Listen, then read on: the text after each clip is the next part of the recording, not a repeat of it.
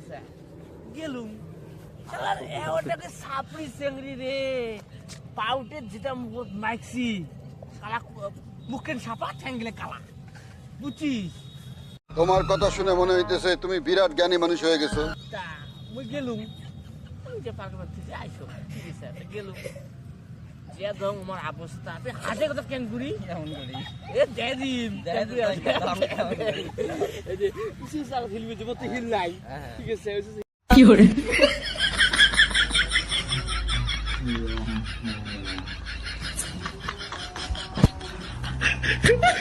বসলুম টান সাগরে দেখলুম